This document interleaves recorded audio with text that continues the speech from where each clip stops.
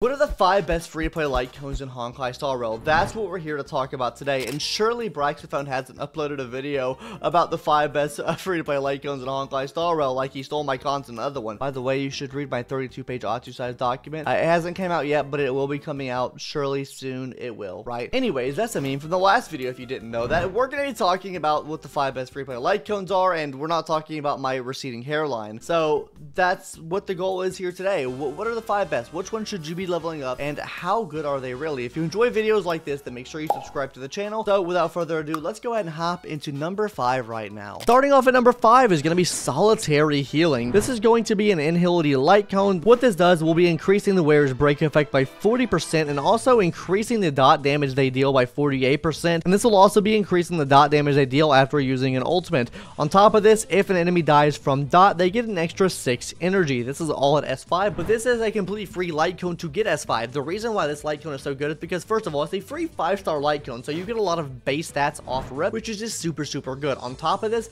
there are just so many characters that I can actually take use of this, right?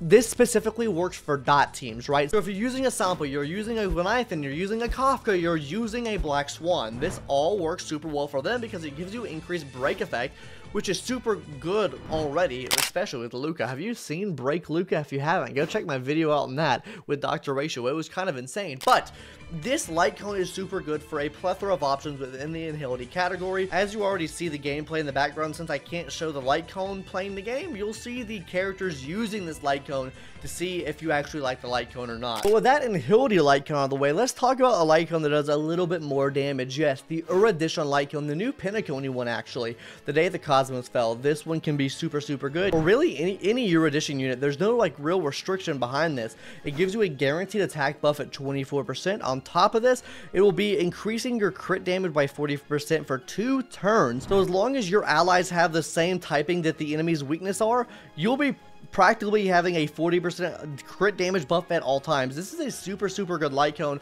Like I said, it really works for any Erudition character. Serval, Argenti, QQ, I can't think of any more.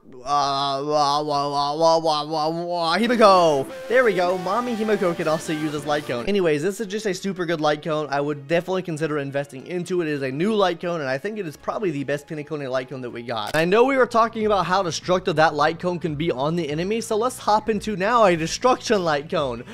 You like my little puns I do here? I think they're pretty cool, but they're probably pretty cringe. So I'm sorry. I'm sorry for the cringe jokes. Anyways, on the fall of the Aeon. Honestly, I use this on my Dragon Danny right now. I use this on all of my destruction characters actually because I don't have any signature light cones. So this is my only 5-star option that I have for destruction. I mean, there's some decent 4-star options. Not that many though. I think this is by far the best free-to-play option for destruction type characters. Anyways, what this light cone does, it'll be increasing the wearer's attack by 16% up to 4 times. All you have to do for this prerequisite is to attack the enemy. So if you have someone that can do multiple attacks like Jingliu, this builds up very quickly. Someone like Dragon Danny, maybe not as quickly. Someone like Blade, this will build up very quickly. You're practically getting a free 64% attack bonus, and this is not even to mention if you weakness break the enemy, you are getting an extra 24% damage for 2 turns. So all around, just a really good light cone. It gives attack and damage bonus. This saves you a lot of stats, especially at max stack, and considering it's a 5-star light cone, like I said, there's a lot of benefits to having free 5-star light cones in the game, and it allows you to efficiently build up attack bonuses on your allies as well. But while we're on the topic of efficiency, while this might not be a free-to-play light cone, this is pretty close to a free-to-play light cone. There is no shot you have done summons and not gotten this light cone. It is a 3-star light cone. It is the best 3-star light cone in my opinion. Meshing Cogs. I have 2 of these built on my free-to-play account and 2 of these built on my normal Dolphin account. This is just such a good light cone because whenever the wearer gets attacked or uses an attack, they get 8 extra energy. So that means every single turn, you're able to get at least 8 extra energy out. If you're running that ally with ERR, you're getting even higher energy output from this light cone. This just makes your Harmony units flow so much better. It's just insane of how good this light cone is. I literally have this on my Ruan Mei on both of my accounts. I've used this on my Ting Yun, I've used this on my Asta, I've used this on every single Harmony character that I've had. Even Bronya, it's not as good on Bronya because Bronya uses her skill a lot, but as long as she gets attacked, it's a can of worms with Bronya, to be exact. But Overall, this is a super good light cone, and I would definitely recommend building it if you have it in your account. I can't tell you the amount of people's accounts that I've seen that don't have any of these light cones even built up. They just have them all sitting in their box. So build up this light cone because it will bring some massive power to your account. Power. What signifies power? What dignifies power? What shows the highest power in Honkai Star Rail? And that's the #1 free-to-play light cone, cruising in the Stellar Sea with a big ship. And I promise that's the last cringy transition I do. Cruising in the Stellar Sea is just absolutely amazing. At S5, it gives you free 16% crit rate for absolutely free. This allows you to build characters like Dr. Ratio a lot easier because you're not having to rely on as much crit rate. Guys, you might have saw my 0-cycle run with Dr. Ratio. He was using this light cone. That's just, I think that could be a testament to how good this light cone is. On top of that, if the enemy is below 50% HP, you get an extra 16%. So that means you're getting 32% crit rate from this light cone, half of that being a prerequisite. And if you defeat an enemy with it, you're also getting an extra 40% attack as well. So, this light cone is just a super good light cone. You can literally put those on any hunt character you have.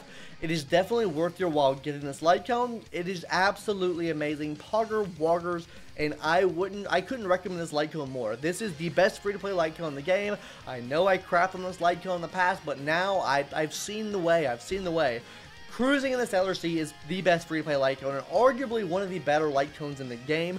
Just from the amount of sheer stats it gives you. It gives you 16% crit rate, like I said before, and 40% attack bonus if you kill an enemy. 16% is huge, but you know what else is huge? I promise you guys I wouldn't do it.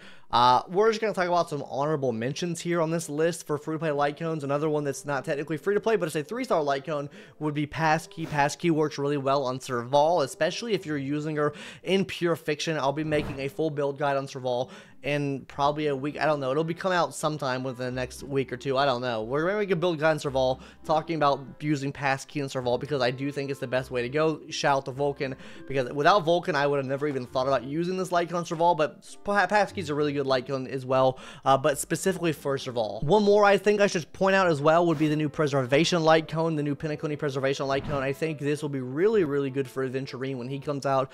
I'm just going to speculate because we don't really have anyone that can take use of this light cone right now, so I would assume it would be left up to a future unit to really take use of this light cone. And who's the next Preservation? It'll be Adventurine. So I think Adventurine will actually take use of this light cone quite well. Anyways, gamers, that's going to do it for today's video. If you enjoyed, make sure you subscribe. If you've made it to this point in the video and you haven't subscribed already. Anyways, yeah, like I said in the last video, Braxtophone, you should see my document. It's probably will be out soon, surely, right? Bye guys, see you later, have a good one. You haven't left yet? Bye.